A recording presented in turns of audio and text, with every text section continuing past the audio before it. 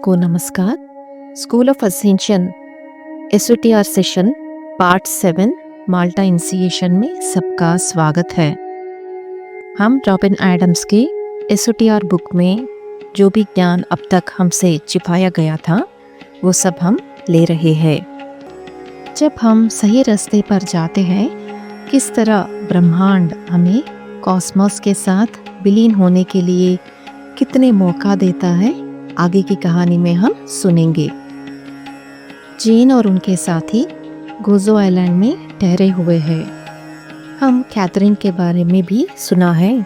जब कैथरीन को इनके बारे में यानी जेन और उनके साथी के बारे में पता चलता है कि वो होली लैंड जा रहे हैं, तो वो भी उनके साथ जाने के लिए निश्चय करती है, क्योंकि कैथरीन का पति गए भी युद्ध में शामिल है। उसको ये भी मालूम रहता है कि जेन और उनके साथी कोई सामान्य व्यक्ति नहीं है। सबके सहमत से कैथरीन उनके ग्रुप के साथ जुड़ जाती है।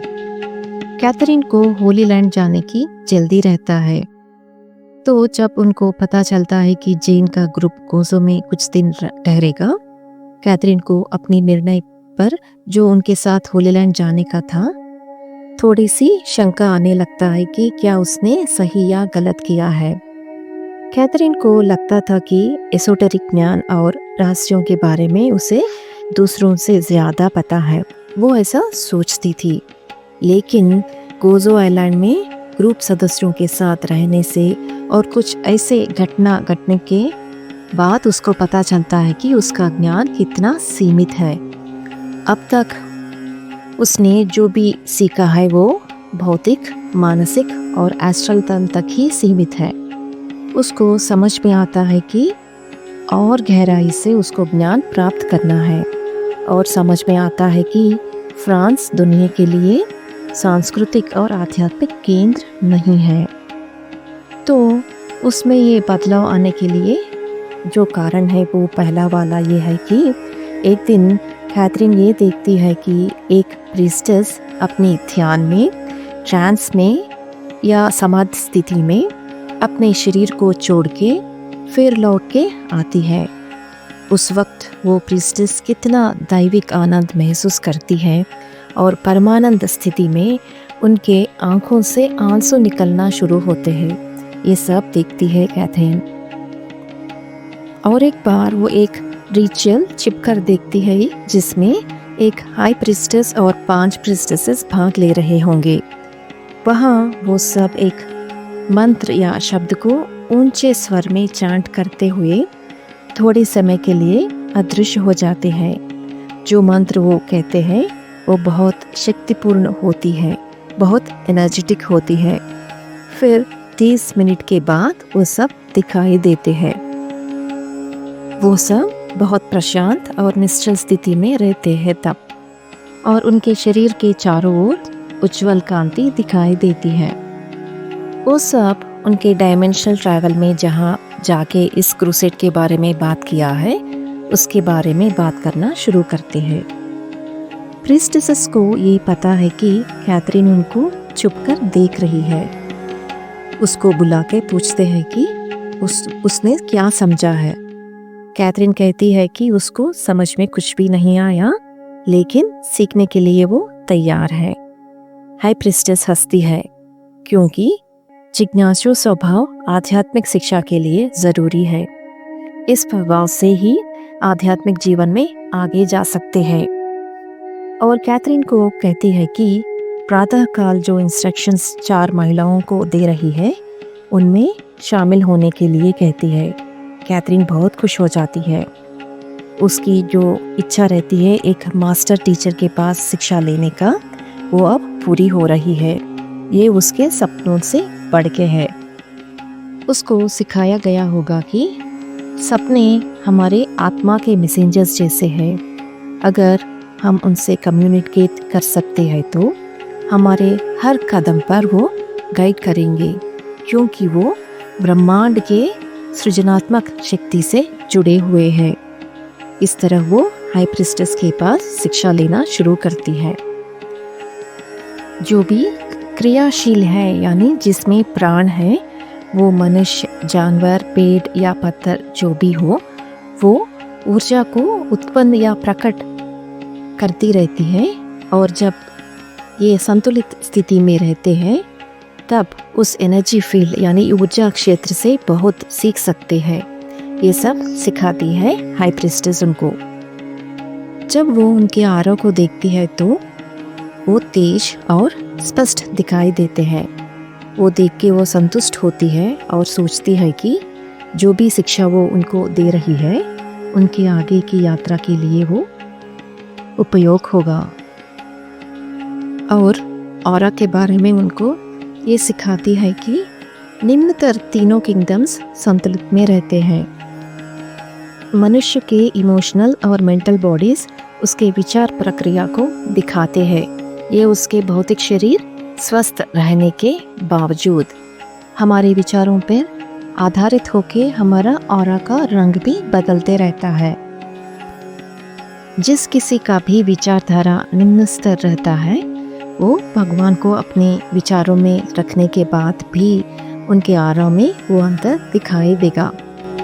अगर कोई बीमार है तो उनके आरा में काले रंग दिखाई देगा, काले पैचेस या स्पाइरल्स की तरह या छेद के जैसा।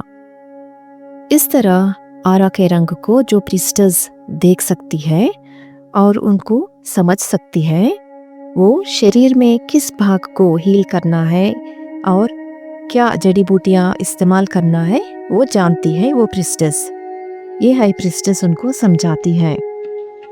मनुष्य के चारों ओर जो रंग दिखाई देते हैं वो एक एक रंग अलग अलग एनर्जी को सूचित करते हैं और वो व्यक्ति कौन से गुण का है ये भी सूचित करती है।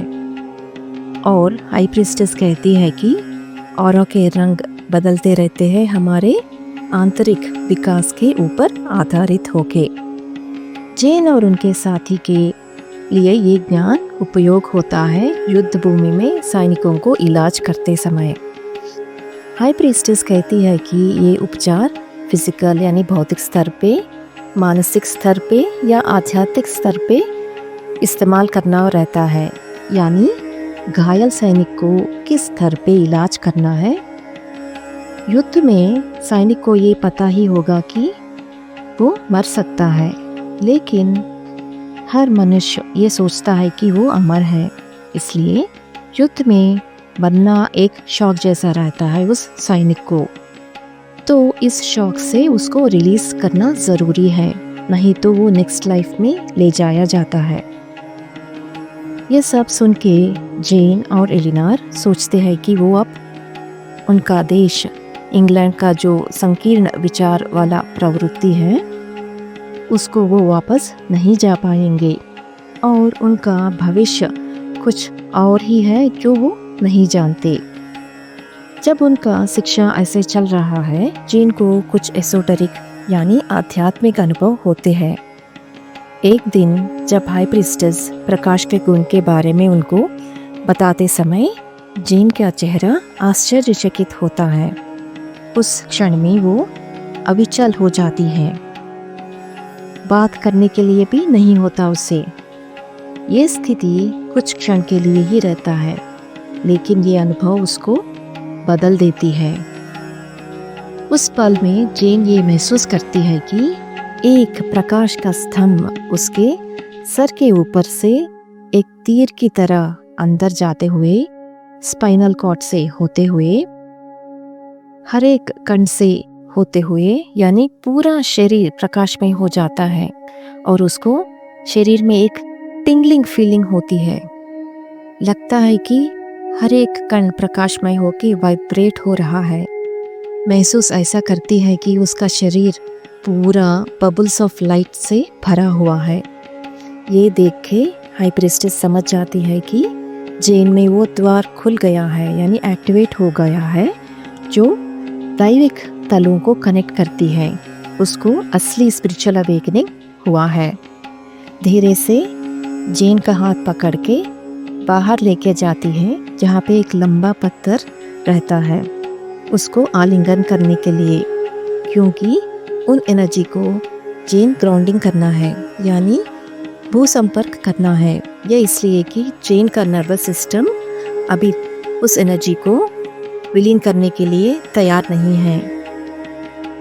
हाई प्रीस्टेस इस स्थिति को इस तरह समझाती है कि जो भी हाई एनर्जी को लेने के लिए तैयार रहता है उनमें इस तरह का द्वार खुलता है, यानी उनमें एनर्जी बहता है, लेकिन उसको ज़बरदस्ती नहीं कर सकते।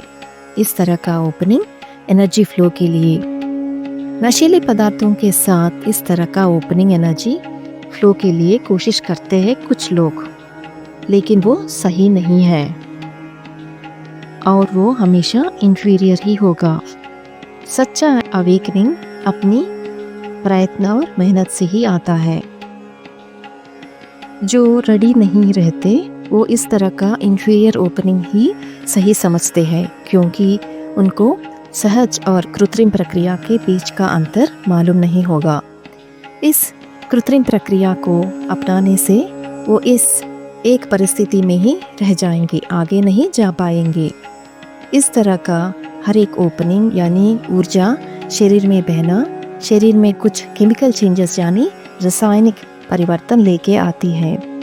लेकिन जब साधक उच्च ऊर्जा से इस प्रक्रिया में सफल होता है तब उत्कृष्ट स्थिति में रहेगा, क्योंकि एनलाइटनमेंट के लिए शॉर्टकट यानी संक्षिप्त रास्ता नहीं रहेगा। साधक को बहुत मेहनत डालना पड़ता है अपनी साधना में। अगर कोई कृत्रिम रूप से इस तरह का अनुभव महसूस करते हैं और उस अनुभव को ईश्वर का उपहार या आशीर्वाद समझ के और तब कड़ी साधना करते हैं, वो भाग्यशील है, वो अपनी साधना में आगे जा पाएंगे।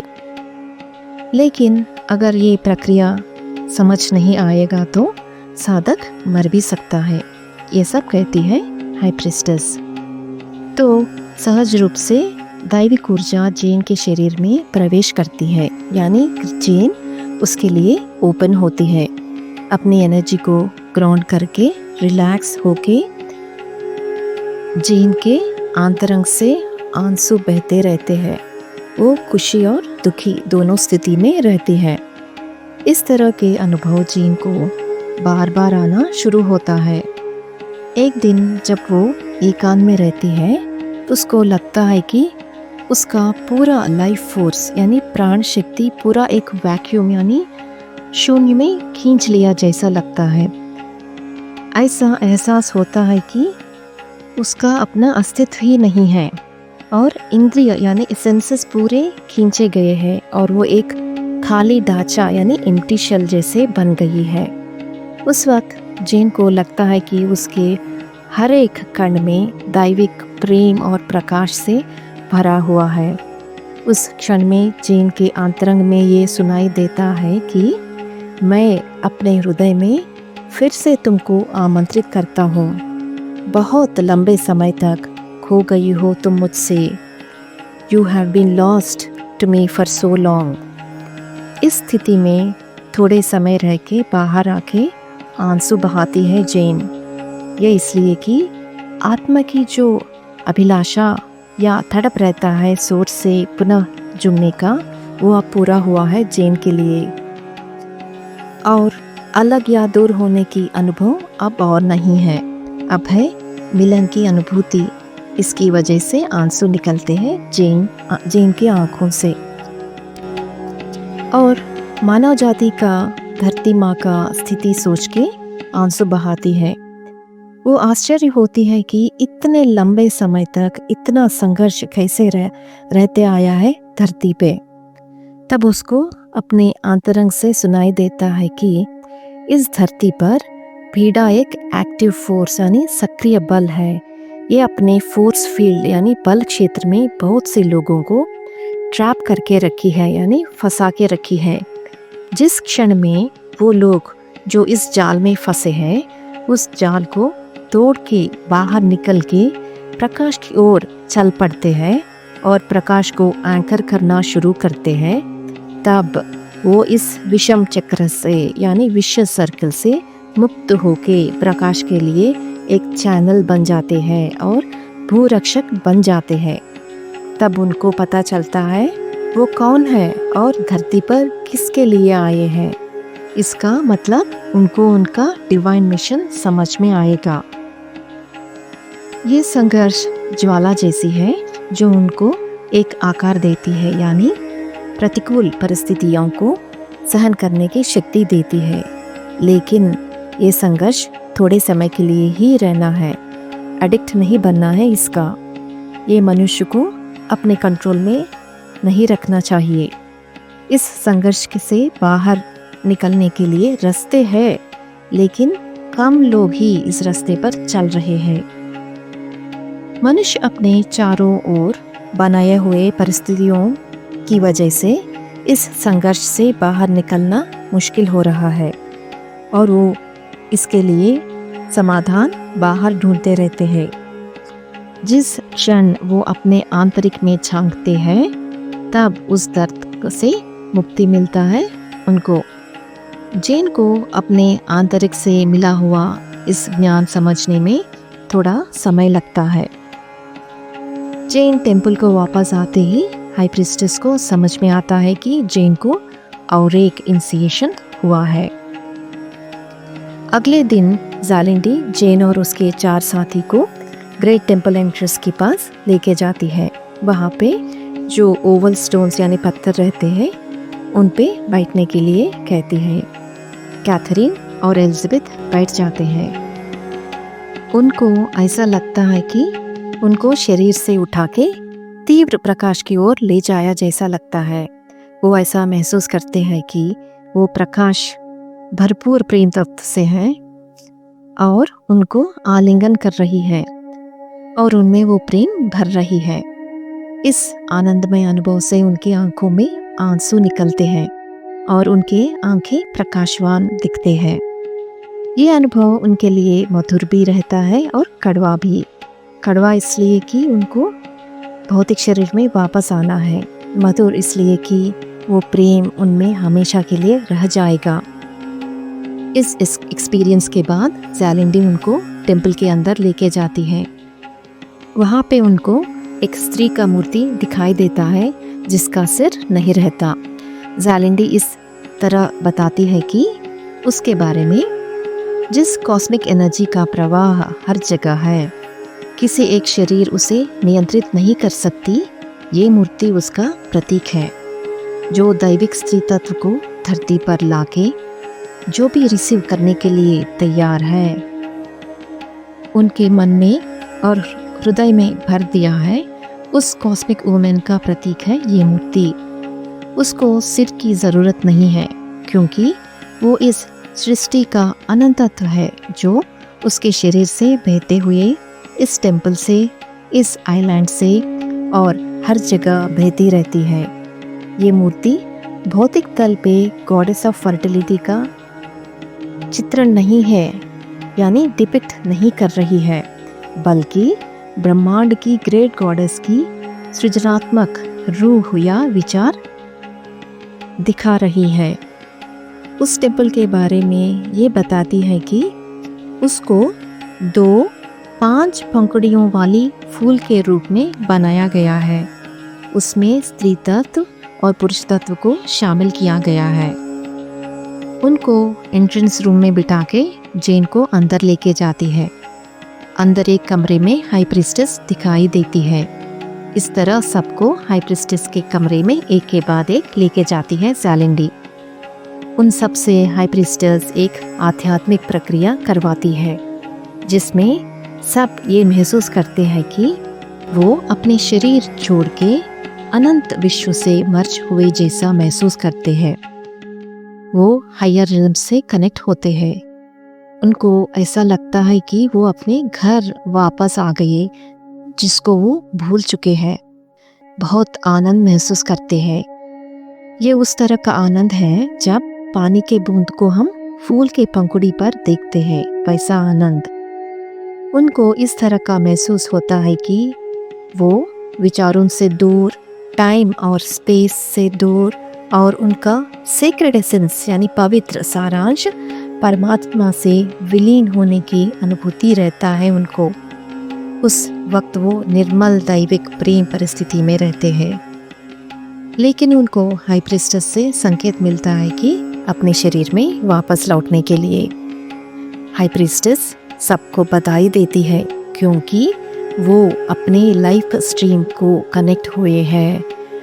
उसके बाद उस दिन का क्लास ख़त्म होता है। सबको इस एक्सपीरियंस के बारे में गहरा सोच शुरू होती है। उन्हें पता है कि उनको एक प्रोफाउंड एक्सपीरियंस यानी एक गहरा अनुभव हुआ है और उनको गहराइयों से बदल दिया है। क्रिएटर से दूर होने की व्यथा और फिर से पूरी तरह से उनसे मिलन, और इस मिलन से जो परमानंद आया है वो महसूस करते हैं वो सब। इस तरह वो शांति से नींद में सपने देखते हैं। उनके सपनों के बारे में हम अगले वीडियो में सुनेंगे। तब तक के लिए धन्यवाद। प्रकाश की विजय।